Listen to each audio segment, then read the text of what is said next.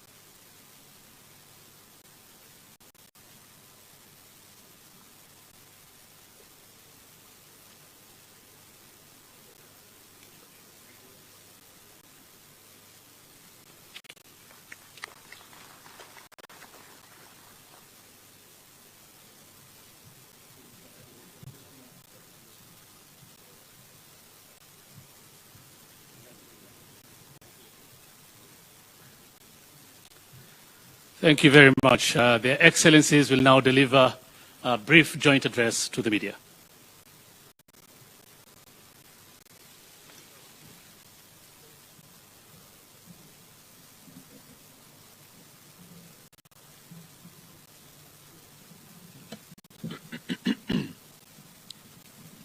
Your Excellency, my brother, João Manuel Lourenço, President of the Republic of Angola, honorable members of your delegation, ministers and guests, good afternoon and welcome to this very important occasion. Mr. President, let me thank you on behalf of the people and government of Kenya for making this inaugural visit by a head of state, the first in the history of our two countries. Your Excellency, you have corrected an anomaly that has existed for close to 40 years, that Kenya and Angola share a rich history of engagement as Kenya was involved in the independence of your great country.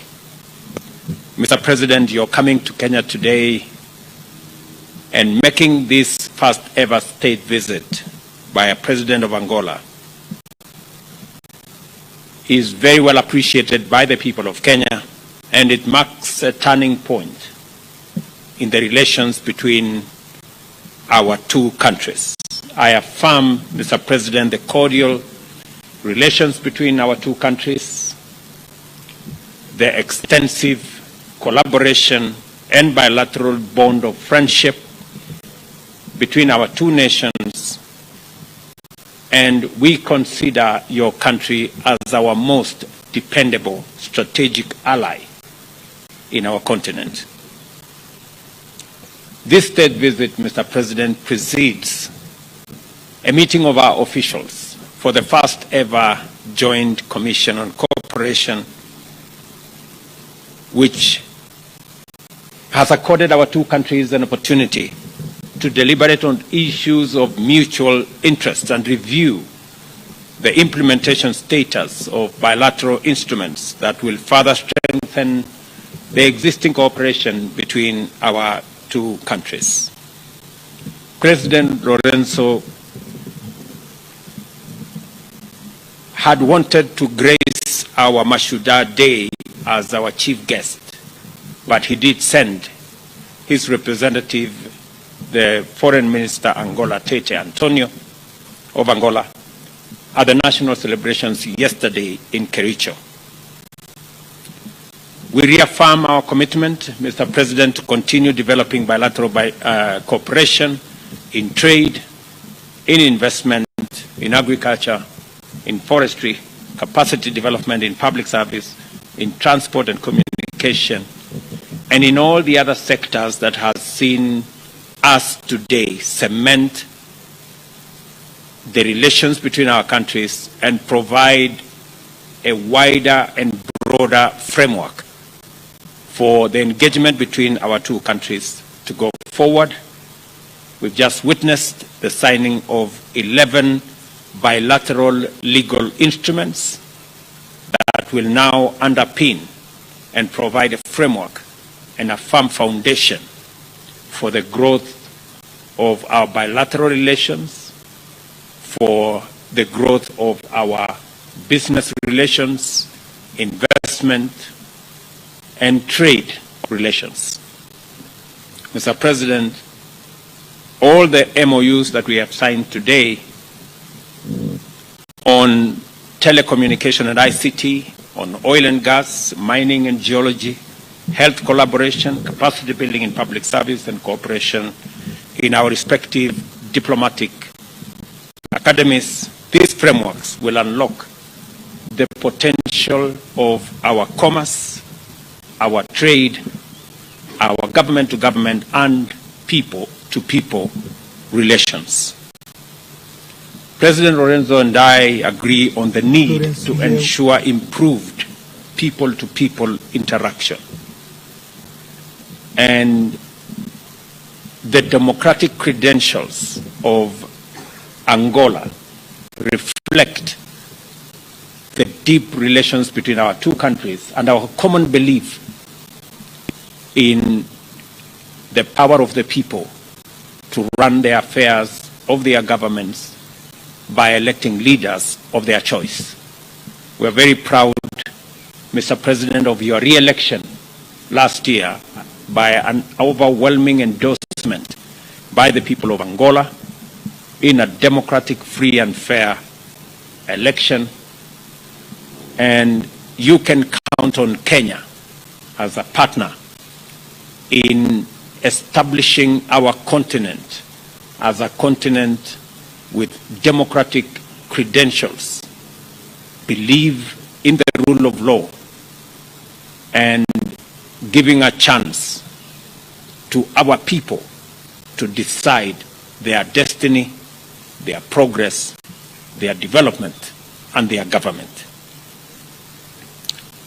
We have had an extensive meeting with President Lourenço, and we have agreed on many areas. I have briefed Mr. President on what Kenya is doing alongside our East African community partners in stabilizing Eastern DRC. I have also congratulated President Lourenço for his not just participation but leadership in especially the mediation efforts between DRC and Rwanda, and the leadership under ICGLR on managing the affairs with us in Eastern DRC. We concur that the situation in DRC needs to be brought under control. We share common positions on encouraging the government in DRC to work with its people in finding the mechanism that will enable the people of DRC, especially in the eastern side of DRC, to engage in dialogue, in consultation, and we are prepared under the Nairobi process to work out a mechanism for dialogue and consultation to facilitate M23's cantonment after an agreement on what happens after the cantonment exercise. And we believe that it is an achievable aim to engage in consultation, stabilize eastern part of DRC, and allow the people of DRC in general to benefit from their progress, from their development, and from stability and progress in their region. We have discussed to expedite and conclude discussions on the resumption of direct flights between Kenya and Angola as a mechanism of boosting the movement of people, movement of goods, movement of services, as a way of escalating our trade numbers, which have improved significantly over the last 4 years. Our trade numbers have moved from 60 million 4 years ago to 350 million last year, and to the early part of this year. We believe that there is tremendous potential and scope for these trade numbers to go up into the billions. And we have undertaken that we will facilitate these exercises by making sure that they are not only bilateral agreements, we improve the connection between Angola and Kenya, and also working under the framework of the tripartite treaty, TFTA, and also the Africa Continental Free Trade Area to facilitate greater integration, movement of people, movement of goods, trade between our countries as we do it within the context of our continent. We have also agreed, and I have undertaken to my brother President Lourenço, that our brothers and sisters in Angola, after the signing of the instrument today, all of them, with all passports, will now need no visa to come to Kenya. And I am very happy that His Excellency the President has agreed that Angola will equally consider the same when they go back home. And Mr. President, I think it's a very positive process that will enable our people to move with their ideas, with their businesses, so that we can create a greater interaction between our two countries. Your Excellency, I am truly grateful that you considered making this first ever trip by state visit by a head of state from Angola to Kenya. I want to commit to you and to the people of Angola that in Kenya they have true friends and they have partners to work with for the progress of our two countries and for the progress of our continent. Mr. President, I also acknowledge that we suffer the consequences of climate change.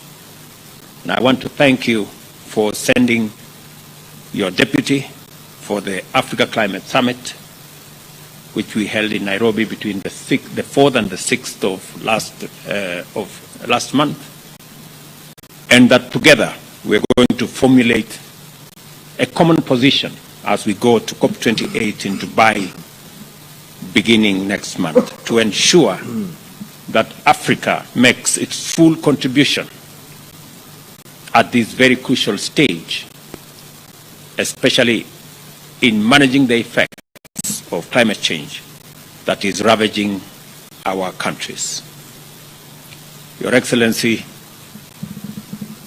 I am acutely aware that the trade numbers are in favor of Kenya. 96% of that trade is Kenyan goods finding its way to Angola. We will look at avenues that will balance this trade between our two countries, as I encourage business people, entrepreneurs in Kenya to continue working with their Angolan counterparts to enhance, increase, expand avenues of trade, investment and business between our two countries, so that in a very short while we will be reporting billions of trade between our two countries. Your Excellency, let me finish by thanking you once again for making this first visit to Kenya, and I look forward to working with you on many of the continental assignments, as I promise you, Mr. President, that you have Kenya's support as you seek the chairmanship of Africa Union in the year 2025-2026, because I have confidence in your leadership capabilities, and I believe you will bring a wealth of knowledge, understanding and experience to the leadership of our continent that me and you share in building its ability and capacity to take up its rightful place in the community of nations globally.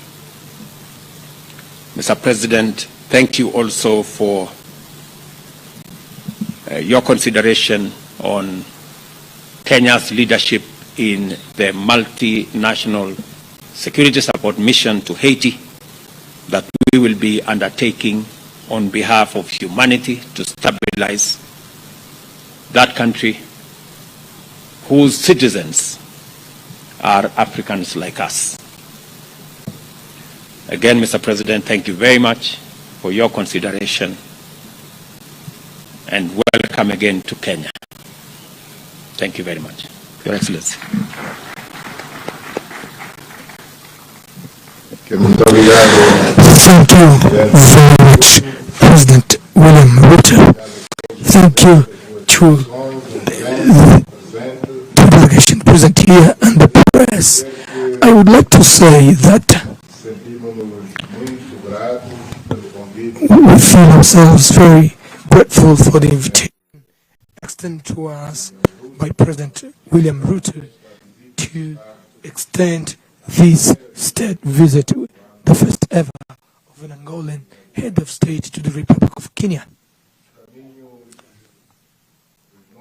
The ways of our two countries came across in the year of 1975 when the then President of Kenya, President Jomo Kenyatta, one of the great leaders of Africa at that time, convened here on the Kenyan soil the leaders of the three liberation movements of our country, with the aim of trying to unite them so that we could not reach at Independence Day divided. That was a commendable diplomatic effort made by President Jomo Kenyatta, and that effort, unfortunately, and for reasons that have nothing to do with the will of Kenya, ended up being forfeited for other reasons. Anyway, we have to thank that commendable initiative, and from that day, 1975, of that event which I've already mentioned, our destinies became much closer. Nevertheless, the level of our cooperation relations has not grown as one would expect. For all those years, we've been waiting up until we had the opportunity of signing this big number of cooperation instruments of which we are going to do our utmost in order to implement them for the interest of the two peoples and nations. These instruments include virtually all the fields of cooperation that range from agriculture, tourism, environment, and more concretely wildlife, a sector in which Kenya has a great mastery, and we need to learn from Kenya's experience, mainly because we also have some game parks and we are part of the so-called Okavango Zambezi Transfrontier Conservation Area, which will be the biggest area in our country, and we need to get the experience of those who have mastery in these matters, and amongst them, without a shadow of doubt, we have to single out Kenya. But other fields such as science, ICT, are also of our common interest, not only that of Kenya, but of Angola as well.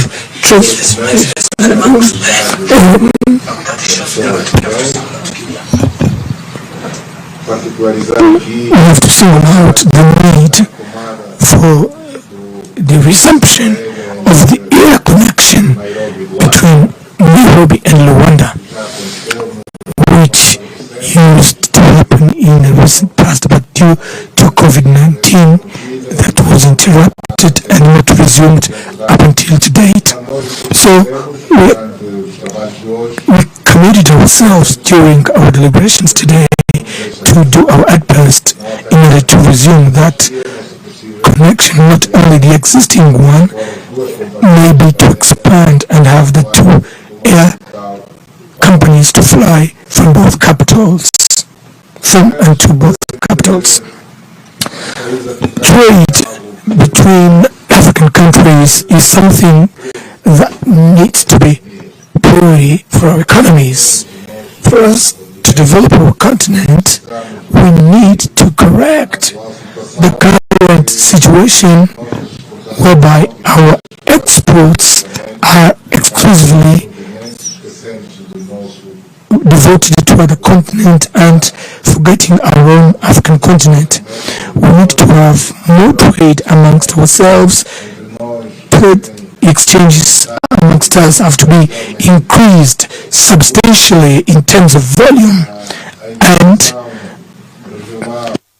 regional integration that is already taking place here amongst the Eastern African countries should be expanded to other sub-regions, and there we can have the bridge between SADC member states and EAC member states that have these kind of trade far well developed.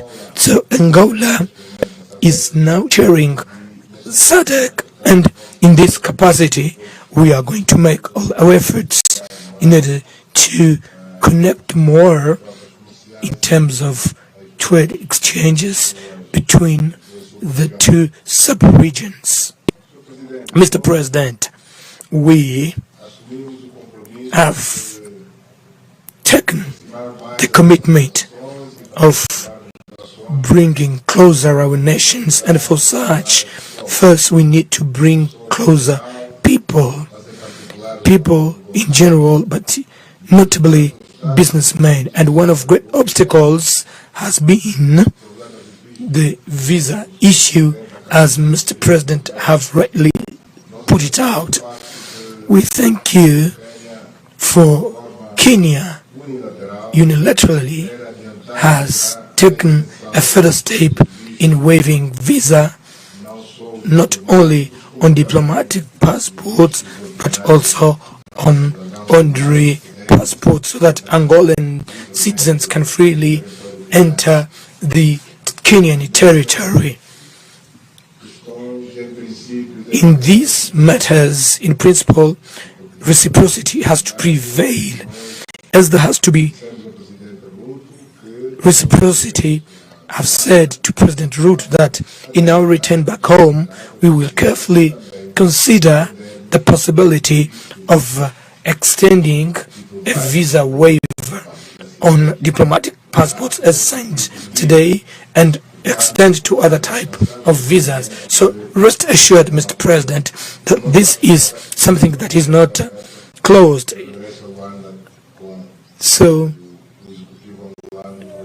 in my return to Rwanda with the Angolan government, we will consider and deal with this matter in as much as the signing can take place at any moment, either here or in the city of Luanda.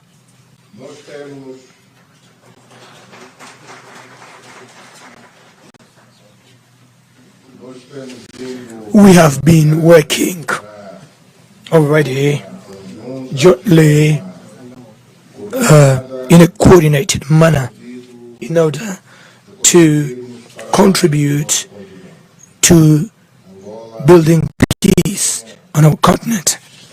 Angola and Kenya are working in a delicate process, which is the process of bringing peace in the Eastern Democratic Republic of the Congo. That is a complicated issue, but it's not impossible. So that's why we are optimistic that together we will be able to find peace, not only